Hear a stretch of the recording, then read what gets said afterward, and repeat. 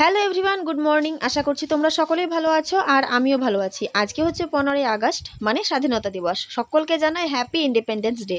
স্বাধীনতা দিবসের অনেক অনেক শুভেচ্ছা জানাই সকলকে। আজকে একেবারে সকাল সকাল ঘুম থেকে উঠে পড়েছি, এখন বাজছে 6:30। তোমাদের দাদাও এত সকাল সকাল ঘুম থেকে উঠে পড়েছে, কারণ ও আজকে যাবে জিয়াগঞ্জে। সমিতির একটা মিছিল বের করবে 15ই আগস্টের স্বাধীনতা দিবস উপলক্ষে, তো সেই জন্যই ও বেরিয়ে পড়লো বাড়ি থেকে সকাল সকাল সাদা সাদা জামা পরে। আর এইবার আমরা লেগে পড়বো শাশুড়ি বউ মিলে সংসারের সমস্ত কাজকর্ম গুছাতে। সমস্ত কাজে পড়ে আছে, ঘরদোর একেবারে ছিটিয়ে বিটিয়ে নোংরা আবর্জনা হয়ে পড়ে আছে। একে একে সমস্ত কাজ করে তো নেবই, আর ভাবছি তোমাদের সঙ্গে কিছু কথা শেয়ার না করলেই নয়। আজকে তো 15ই আগস্ট, আমরা সকলেই একেবারে তিরঙ্গা নিয়ে স্বাধীনতা দিবস পালন করব। কিন্তু আমরা কি আসলে স্বাধীন হয়েছি? দেশটা স্বাধীন হয়েছে ঠিকই, কিন্তু আমরা মেয়েরা কি আদেও স্বাধীন হয়েছি? দেশটা তো সেই 1947 সালে স্বাধীন হয়ে গেছে। আমরা আজকে 78তম স্বাধীনতা দিবস পালন করছি। এতদিন ধরে যে আমাদের দেশ স্বাধীন হয়েছে, তাহলে আমরা মেয়েরা সেভ কোথায়? আমাদের দেশের মেয়েরা সেভ কোথায়? আমরা তো সেভ নই, আমরা মেয়েরা অবশ্যই সেভ নই। আমাদের কোনো স্বাধীনতা নেই। এই যে আরজি মেডিকেল কলেজে একটা জঘন্যতম ঘটনা ঘটেছে, আশা করি তোমরা সকলেই জানো সেই ঘটনাটা, যেটার কথা আমি বলছি সকলের জানার কথা, কারণ একেবারে টিভিতে, ফেসবুকে, সোশ্যাল মিডিয়াতে সব জায়গায় ছেয়ে গেছে। একজন ডাক্তার পড়ুয়া মেয়েকে ধর্ষণ করা হয়েছে। শুধু ধর্ষণ করা হয়নি, তাকে খুনও করা হয়েছে। এটা কিন্তু আমাদের দেশে কোনো নতুন ঘটনা নয়। এরকম ঘটনা বছরে একটা, দুটো, তিনটে, চারটে আমরা পরস্পর দেখতেই আছি আর দেখতেই আছি আর দেখতেই আছি। প্রতিবাদ হচ্ছে, আন্দোলন হচ্ছে, মিছিল হচ্ছে, সবই হচ্ছে, কিন্তু শেষ বেলায় গিয়ে কি হচ্ছে? শেষ বেলায় গিয়ে সেই ঘন্টা হচ্ছে, কিছুই হচ্ছে না। আবার কিছুদিন পরে সবাই সবকিছু ভুলে যাবে, যে যার মতো কাজে ব্যস্ত হয়ে যাবে। এটাই তো আমাদের জীবন হয়ে দাঁড়িয়েছে এখন, তাই না? আরো কিছু কথা শেয়ার করার আছে, সেগুলো পরে বলবো। আগে আজকে সংসারের কাজগুলো সামলাই। এদিকে সোনা পাপা ঘরের মধ্যে ঘুমোচ্ছে, এখনো ঘুম থেকে ওঠেনি। এখন অনেকটাই সকাল, তাই জন্য ওঠেনি। তো তার ফাঁকে ফাঁকে আমি সংসারের কাজগুলো করে নিচ্ছিলাম। আর সবকিছু করাই হয়ে গেছে। এই যে বাসনপত্র বেশি কিছু ছিল না, সেদ্ধ ভাত খাচ্ছি, কি আর বাসনপত্র থাকবে। এই বাসনপত্রগুলো ছিল, এগুলো ভিজিয়ে দিয়েছিলাম। তারপরে এই যে আমি মেজেও নিয়েছি, ফেনা ফেনা দেখতে পাচ্ছ। মাজার পরে আবার জল দিয়ে দিচ্ছি।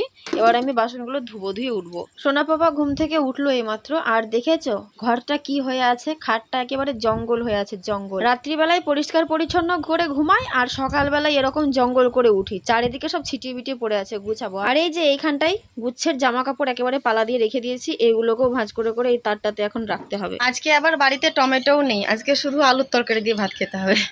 আর গ্রামে সবজিওয়ালা এসেছিল, ওনার কাছেও টমেটো শেষ হয়ে গেছিলো।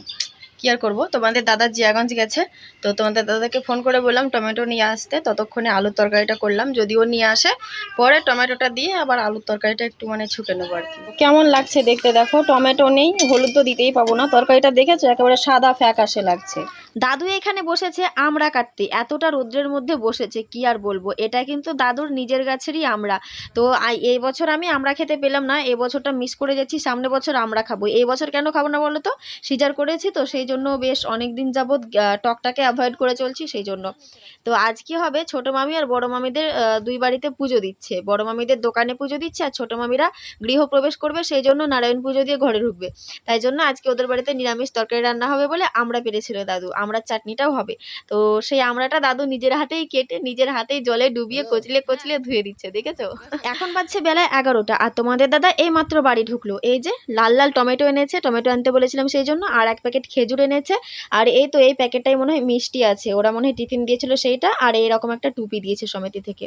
তো আমি লেট করলাম না, তাড়াতাড়ি করে একটু কড়াইতে ঘি গরম করে টমেটো কুচো কুচো করে দিয়ে একটু নুন লঙ্কা দিয়ে ভালো করে টমেটোগুলো একটু ভেজে নেব। তারপরে টমেটোগুলো সেদ্ধ হয়ে গেলে তার মধ্যে আলুর তরকারিটাকে দিয়ে ভালো করে নেড়ে চেড়ে মাখিয়ে একটু কষিয়ে নামিয়ে নিয়েছিলাম। তোমাদের দাদা এসেছে, খিদে পেয়ে গেছে, বেশ অনেকটাই বেলা হয়ে গেছে, ভাত তো খাবে, সেই জন্য আমি আর দেরি করিনি, তাড়াহুড়ো করে করে নিয়েছি। তারপরে মিষ্টির প্যাকেটটা খুললাম, দেখলাম বেশ অনেকগুলোই মিষ্টি দিয়েছে, আর কি বড় বড় সাইজের মিষ্টি দিয়েছিল গাইজ।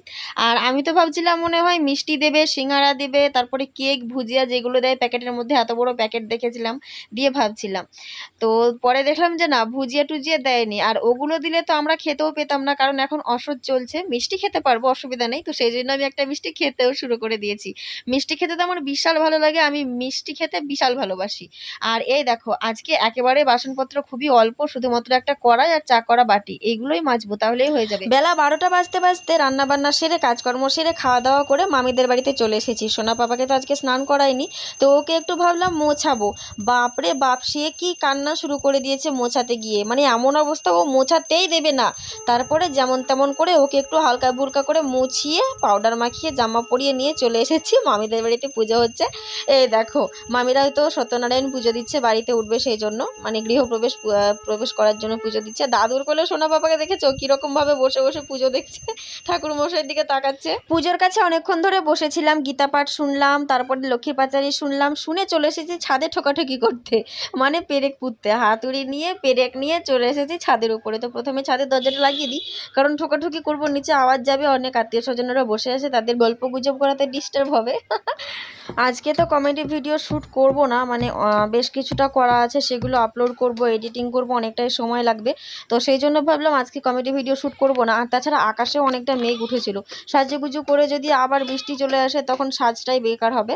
তো যেই কাজটা আগে আমার করতে হবে সেই কাজটা আমি করে নিই। ভাবছি অনেক দিন ধরেই ছাদে মানে এরকম একটা দেওয়ালে পর্দা টাঙাবো, টাঙিয়ে ভিডিও বানাবো, তাহলে মানে বিভিন্ন রকমের সিন চেঞ্জ করা হবে, দেখতে ভালো লাগবে একটু ব্যাকগ্রাউন্ডটা। তো সেই জন্য আমি পেরেক পুঁততে চলে এসেছি। তো গাইস, আজকে আমি ছাদের উপরে এসেছিলাম কমেডি ভিডিও শ্যুট করার জন্য নয়।